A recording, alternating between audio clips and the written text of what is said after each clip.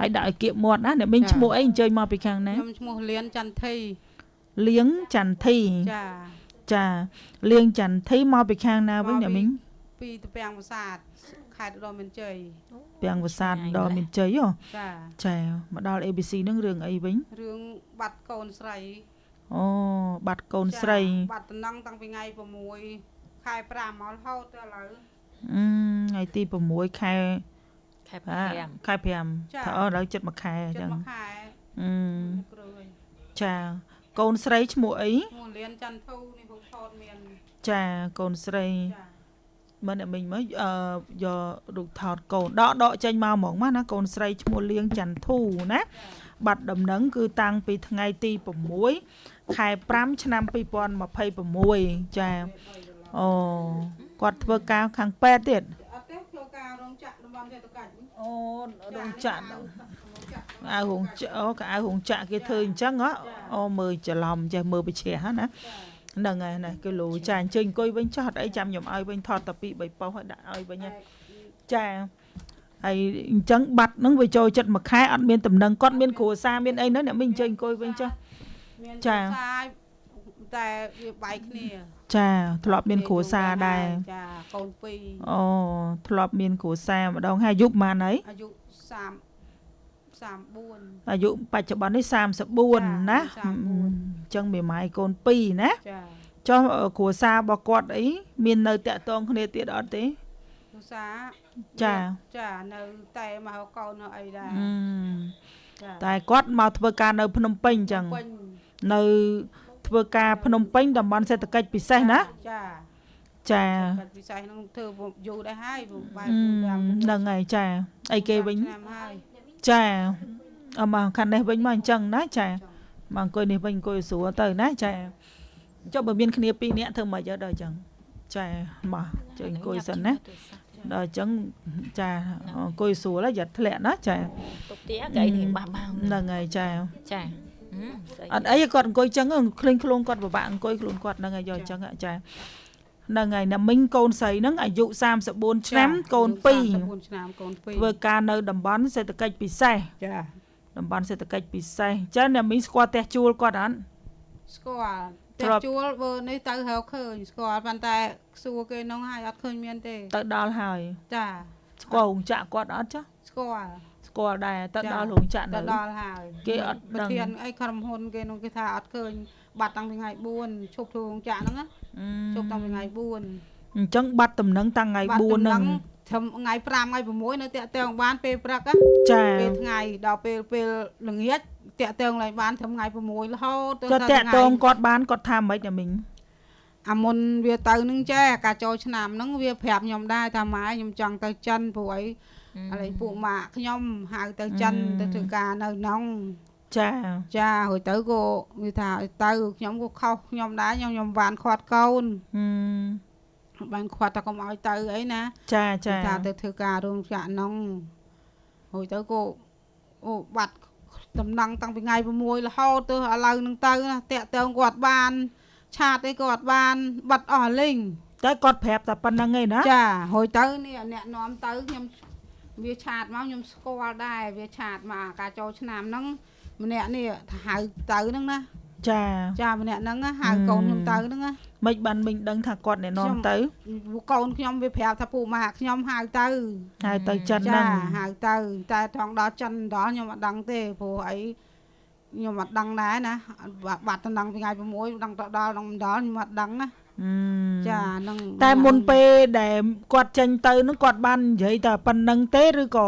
មានធ្លាប់បង្ហើបអីផ្សេងទៀតដែរអត់ទេថាមុនពេលបាត់ខ្លួនហ្នឹងណាអត់មាននិយាយអីទេគ្រាន់ថាចេះគាត់ហ្នឹងម៉ែវើខ្ញុំទៅ4 5ថ្ងៃពី3ថ្ងៃបានតាក់ទងចាំខ្ញុំតាក់ទងមកវិញព្រោះអីអត់មានសេវាវាថាអញ្ចឹងណាចាតែដល់មិនដល់ខ្ញុំអត់ដឹងទេព្រោះអីថ្ងៃ24នេះអ្នកចិត្តខាងខ្ញុំហ្នឹងតែលៃកូនខ្ញុំហ្នឹងតែទៅចូលចាចូលតែលើកនិយាយតែពី3ម៉ាត់ឈប់រួចទៅបាត់ឥឡូវបាត់ទៀតអត់មាននិយាយអត់មានលើកអត់មានតែក៏អត់មានលើកដែរឆាតទៅបាត់អស់ហើយណាមីងឲ្យគេជួយតាក់ទងទៅហ៎ ចាឲ្យគេតាក់ទងទៅរួចទៅគេតាក់ទងទៅបានលើកតែមួយផ្លែតហ្នឹងប៉ុន្តែមិនមែនកូនខ្ញុំទេទូរស័ព្ទកូនខ្ញុំណាឡៃកូនខ្ញុំតែអ្នកទទួលហ្នឹងមិនមែនទេមនុស្សស្រីចាមនុស្សស្រីគេឆ្លើយថាម៉េចគេឆ្លើយថាគេអត់ដឹងចុះទូរស័ព្ទកូនយើងហ្នឹងចាទូរស័ព្ទកូនខ្ញុំ ចាំមិនបានសួរថាមិនបានឆ្លើយអត់ដឹងហើយនៅមិនក៏នៅគាត់ចាព្រោះអញ្ចឹងថាខ្ញុំសង្ស័យគេយកទៅឃុំឃាំងឲ្យទុកគេដកទូរស័ព្ទកូនខ្ញុំចឹងអ្នកមិញបានដាក់ពាក្យប្តឹងឲ្យនៅខ្ញុំដាក់ពាក្យនៅទៅពាំងប្រាសាទហើយពាំងប្រាសាទគឺយើងរស់នៅតែនៅកន្លែងគាត់ធ្វើការនេះបានដាក់ពាក្យប្តឹងឲ្យនៅកន្លែងធ្វើការចាទីតាំងដែលគាត់បាត់ហ្នឹងណាទីតាំងគាត់បានដាក់ផងត្រូវដាក់ហើយមួយទៀតបើអាចតែមិញទៅដាក់ពាក្យប្តឹងនៅក្រសួងមហាផ្ទៃថែមមួយទៀតណានៅក្បាលខ្នល់នេះក្រសួងមហាផ្ទៃចានៅថ្ងៃចូលទៅមើលព្រោះវាបាត់ចិត្តមួយខែហើយដែលមីងសង្ស័យថាតាក់តងជាមួយនឹងការចាញ់បោកមិត្តភ័ក្ដិនាំទៅចិនទៅអីចឹងមីងទៅតាក់តងមួយគេហ្នឹងដើម្បីដាក់ពាក្យប្តឹងធ្វើការស្រាវជ្រាវទៅក្នុងនាមយើងជាម្ដាយអញ្ចឹងណាប៉ុន្តែមុនពេលដែលគាត់បាត់ខ្លួនកន្លងមកអីគឺគាត់ធម្មតាជាមួយគ្រួសារកូនចៅវេលុយវេកាឲ្យចៅចាវេលុយអីរាល់ខែមួយខែ2ដងខែ2ដងចាហើយតែលើកនឹងហើយមុននឹងបាត់ហ្នឹងគឺថាចង់ដូរទៅចិនចាហើយមិត្តភ័ក្ដិនេះមានលេខទូរស័ព្ទតាក់ទងអត់វាមិត្តភ័ក្ដិចាំមិនបានមីងដឹងថាម្នាក់នឹងជាអ្នកនាំទៅខ្ញុំឃើញឆាតចូលឆ្នាំហ្នឹងខ្ញុំឃើញឆាតមកមុខម្នាក់ហ្នឹងចាតែម្នាក់ហ្នឹងគេនិយាយអីបានមីងថាគេខ្ញុំលឺនិយាយដែរថាឲ្យហៅកូនខ្ញុំទៅធ្វើការនៅក្នុងអីចឹងណាចាខ្ញុំលឺនិយាយគ្នាខ្ញុំអង្គុយក្បែរនោះខ្ញុំស្ដាប់បានដែរហើយទៅខ្ញុំឃើញរូបម្នាក់ហ្នឹងចុះគាត់ហើយនឹងកូនស្រីអ្នកមីងធ្វើការរោងចក្រមួយគ្នាឬក៏អត់ទេមិននឹងថាទៅចិនយូរហើយគេយកប្តីចិនគេហៅទៅថាបងវានៅធ្វើការបងវាយកប្តីចិនដែរមិននឹងរួចទៅគេបើករោងចក្រហៅកូនខ្ញុំទៅថាចង់កូនខ្ញុំថាចង់ទៅធ្វើរោងចក្រនៅក្នុងដែររោងចក្រនៅចិននោះចាតែខ្ញុំថាមិនអាចទៅដល់ចិនទេព្រោះអីវាថ្ងៃ24នឹងតែទៅអ្នកចិត្តខាងខ្ញុំតែទៅចូលនៅហ្នឹងមើលទៅដល់ចិនលេខហ្នឹងតែអត់ចូលទេចាអញ្ចឹងសង្ស័យថានៅណាមួយអីចឹងណាចានៅប្រទេសខ្មែរយើងទេប៉ុន្តែនៅតាណាចាអញ្ចឹងអ្នកមីងមានជាក់ស្ដែងអាចទៅដាក់ពាក្យប្តឹងនៅក្រសួងមហាផ្ទៃបន្ថែមទៀតណាក្រសួងមហាផ្ទៃទៀតនៅចាដើម្បីគេស្រាវជ្រាវតាមលេខទូរស័ព្ទរបស់គាត់អីចឹងណាចាថ្ងៃមុនខ្ញុំតែចូលប៉ុស ABC នេះចាខ្ញុំអត់មានលុយមកឡើងមកខ្ញុំតែចូលទៅគាត់និយាយថាឲ្យទៅដាក់ពាក្យបណ្ដឹងនៅអីអគ្គស្នងការចាហ្នឹងហើយមួយគ្នាហ្នឹងឯងទៅអគ្គទៅហ្នឹងឯងចាស្នងការចាហ្នឹងហើយយើងទៅចឹងដោយសារអីយើងមានការសង្ស័យថាអាចនឹងគាត់ចាញ់បោកមិត្តភ័ក្ដិគេលួងលោមយកទៅជួញដូរឆបោកឬក៏មិនឬក៏ទៅធ្វើការនៅប្រទេសចិនយកប្តីចិនដោយខុសច្បាប់អត់មានអីមិនអាហ្នឹងតើតាខាងសមត្ថកិច្ចទៅគេមាននីតិវិធីនៅក្នុងការស្រាវជ្រាវឲ្យច្បាស់លាស់ចាសម្រាប់ពួកខ្ញុំបានត្រឹមតែមកជួយផ្សព្វផ្សាយដាក់ផ្សាយរូបភាពរបស់គាត់នៅក្នុងការ live ប៉ុន្តែនីតិវិធីក្នុងការតំណែងស្រាវជ្រាវឬស៊ើបអង្កេតអីអាហ្នឹងយើងអត់មានសមត្ថភាពធ្វើបានទេអញ្ចឹងណាអញ្ចឹងបានតែមីងអញ្ជើញមកហើយអាហ្នឹងតែមីងអញ្ជើញទៅដល់ទីតាំងនឹងផ្ទាល់អញ្ចឹងទៅឲ្យកង់3គេជូនអញ្ចឹងទៅដល់អគ្គស្នងការហ្នឹងចាហ្នឹងហើយទៅនំក៏បានដែរចាដើម្បីដាក់ពាក្យប្តឹងតាក់ទងនឹងករណីបាត់កូនស្រីដោយសង្ស័យថាអាចនឹងមានដៃគូមិត្តភ័ក្ដិហ្នឹងលួងលោមឆបោកយកទៅចាអញ្ចឹងយើងអាចយករូបភាពអញ្ចឹងហើយចុះកូនគាត់នៅផ្ទះហ្នឹងអាយុប្រហែលអស់ហើយកូនវានឹងដាក់បាត់ហ្នឹងចាកូនអាបងអាយុ15មីស្រីបោនោះអាយុ10ឆ្នាំធំអស់ហើយអញ្ចឹងចាប៉ុន្តែគាត់អត់មានសារអីឆ្លងឆ្លើយជាមួយកូនដែរវាមានដូចអត់មានសារឲ្យឆ្លងឆ្លើយទេមុននឹងបាត់ខ្លួនក៏អត់មាននិយាយអីថាណែនាំផ្ដែផ្ដាំកូនអីដែរមុននឹងបាត់ហ្នឹងវាដឹងថាទៅចិនគេហៅទៅចិនថាទៅចិនឲ្យនៅជាមួយយាយអីចឹងណាផ្ដាំកូនចឹងដែរមើលតែខ្ញុំសង្ស័យមិនទៅដល់ចិនទេបើទៅដល់ចិនមិនគូមិនតាក់ទងឲ្យមកចិត្តមកខែឲ្យហួយមានអ្នកនាំទៅនឹងមិនគូវាមិនបើកឆាតបើកអីមិនគូវាបិទឆាតបិទអីអស់ចាអូអ្នកមីងមានឆាតជាមួយម្នាក់នឹងដែរឆាតវាអត់ទេខ្ញុំមានឆាតវាតែឆាតវាFacebook វាដាក់បែកដើម្បីជួប Facebook ម្នាក់ស្អីនេះហ៎ ចាហើយទៅ ចុះ Facebook កូនអ្នកមីងឈ្មោះអី Facebook កូនខ្ញុំឈ្មោះចន្ទធឹកលៀនចន្ទធូហ្នឹងហើយ សខ្មែរហ្នឹងហ្មងគេលូ ទេ សា អត់ដឹងសខ្មែរនឹងអីទេនេះខ្ញុំវាមិនចេះឆែក មើល សុំមើលតិចមើលសុំមើល profile Facebook គាត់តិចមើល ខ្ញុំវាមិនចេះឆែកមិនចេះអីហ្នឹងខ្ញុំមកជាមួយចៅ ចា ខ្ញុំមិនចេះឯង អានេះហ៎ មួយឯងជួយមើល អត់មានអ៊ីនធឺណិតចា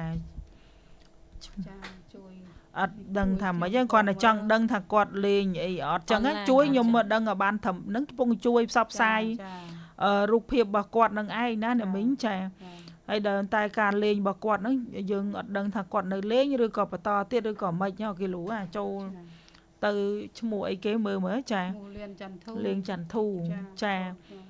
ចឹងគាត់អ្នកមីងចូលឆែកមើល Facebook គាត់ឃើញឈប់លេងដែរឲ្យកូនចូលមើល អត់មានបើកសោះ អត់បើកដែរបិទ online រហូតដែរ តាំងពីថ្ងៃ6នោះបាត់រហូតចុះឥឡូវអត់មាន TikTok អីក៏អត់មានដែរ ទាំងអស់អាឡៃក៏តាក់ទងមិនបានអា Facebook នោះក៏បាត់អស់អាលីងឆាតនោះបាត់អស់ ចាអញ្ចឹងឥឡូវហ្នឹងអត់មានលេខសម្រាប់តាក់ទងអីទាំងអស់ហ្មងលេខទូរស័ព្ទឆាត Facebook TikTok អីហ្នឹងគឺបិទចោលទាំងអស់ណាចាអញ្ចឹងក្រុមគ្រួសារអត់មានណាតាក់ទងសូម្បីតែកូនគាត់ក៏គាត់អត់មានតែមករសួរនាំអីដែរ ចាបើកាលវានៅរោងចក្រហ្នឹងតែមកមួយថ្ងៃ2ដងអីនោះចា ដល់ពេលឥឡូវហ្នឹងបាត់ឆឹងហ្មងចាចុះអ្នកមីងមានដែរឆាតអានេះ account TikTok របស់មីងហ្មងឬ account TikTok Facebook របស់កូនទូរស័ព្ទនេះមីងលេង Facebook ដែរមែន មានតែ ចា មានដែរឆាតមួយ ចុះមានដែរឆាតទៅកូនទេទូរស័ព្ទហ្នឹងដែរឆាតតាក់ទងគ្នាតាមទូរស័ព្ទហ្នឹងហ៎ ចាពីមុនឆាតតែឥឡូវវាបាត់ទៅអត់ដែរបានតាក់ទងឆាតអីផង យល់ហើយតែពីមុនមានឆាតមើលឲ្យគាត់មើល profile ខ្ញុំវាមិនចេះហ្នឹងទៅចៅខ្ញុំនៅក្រោម ឈ្មោះ ខ្ញុំវាអត់មក អត់ឃើញវាអត់ឃើញ នឹកអស់ហើយហ្នឹង អត់អីអញ្ចឹងចាំឲ្យទៅវិញឲ្យចៅនឹងឲ្យកូនរបស់គាត់នឹងចូលឆែកមើល profile ម្ដាយគេហ្នឹងទៅ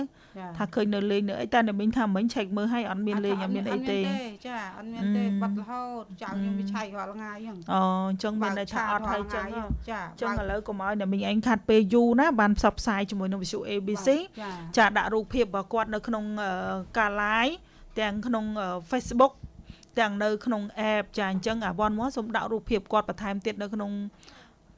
live ដាក់យ៉ាងឆ្ងាយតិចមកក៏បានដែរមិនដាក់គៀកពេកទេចាហ្នឹងហើយ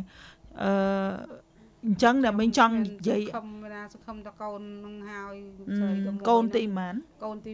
1 កូនទាំងអស់ម៉ានក ូនទាំងកូនខ្ញុំ3តែប្រុស2 ចាអញ្ចឹងឥឡូវអ្នកមីងអាចធ្វើការផ្សព្វផ្សាយជាសាររបស់ម្ដាយទៅកាន់កូនស្រីបន្ថែមទៀតត្មងទៅណាចាចង់និយាយអីទៅគេលោគាត់បានមើលការ live បានមើលការផ្សាយរបស់វិទ្យុ ABC អីចឹងណាចាអញ្ចឹងគាត់អាចឮសូរសំឡេងស្រែកដង្ហែហៅពីម្ដាយណាឲ្យគាត់វិលត្រឡប់មកផ្ទះសម្បែងវិញចាឲ្យគាត់វិលត្រឡប់មកវិញចាអញ្ចឹងអ្នកមីងមើលទៅខាងមុខកាមេរ៉ាហ្នឹងទៅហើយអ្នកមីងចង់បដាយផ្ដាំផ្ញើអីទៅកាន់គាត់ជាកូនអ្នកមីងអញ្ជើញមានប្រសាសន៍ទៅណាសម្រាប់ពួកខ្ញុំគឺបានជួយផ្សព្វផ្សាយតាមរយៈការផ្សាយជាសម្លេងរូបភាពអីហ្នឹងហើយតែការស្រាវជ្រាវបែបនីតិវិធីច្បាប់តើសមត្ថកិច្ចជំនាញចាហ្នឹងខ្ញុំជួយបានប៉ុណ្ណឹងណាអញ្ចឹងអ្នកមីងមើលនេះដាក់រូបថតគាត់អានេះហ្មងអូនវាអត់ផ្លាតកញ្ចក់កាមេរ៉ាអញ្ចឹងអ្នកមីងចាបាច់រូបថតគេដាក់រូបថតតកូនគាត់បានហើយបាច់ដាក់ទេចឹងណាចាហ្នឹងអាហ្នឹងមិនមែនទេមិនកូនគាត់ទេចាហ្នឹងចាហ្នឹងអាហ្នឹងទៅអាហ្នឹងមិញច្បាស់ជាងមុខចាតោះអញ្ចឹងអ្នកមីងចាហ្នឹងហើយគេដាក់តកូនអ្នកមីងហើយចាតោះហើយអ្នកមីងមើលកាមេរ៉ាទៅណាចាចង់និយាយពីអីទៅកាន់កូនចាខ្ញុំចង់និយាយពីថាកូនឲ្យបើបានឮតំណឹងឲ្យម៉ែផ្សាយនឹងហើយនេះសូមឲ្យកូនវិលត្រឡប់មកវិញ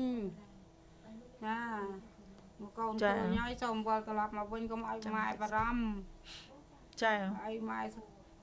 បារម្ភណាស់រាល់ថ្ងៃដាក់មីក្រូគៀកមាត់ចេះបានលឺមីងដាក់ខ្ពស់ពេកអត់លឺសូរសលេងទេចាសូមកូនមើលលឺបើឃើញម៉ែហើយសូមគាត់ហៅអីចាំចាចន្ទធូហ្នឹងសូមបើដឹងម៉ែមកផ្សាយប៉ុស ABC ហ្នឹងថាលឺហើយឲ្យកូនត្រឡប់មកវិញ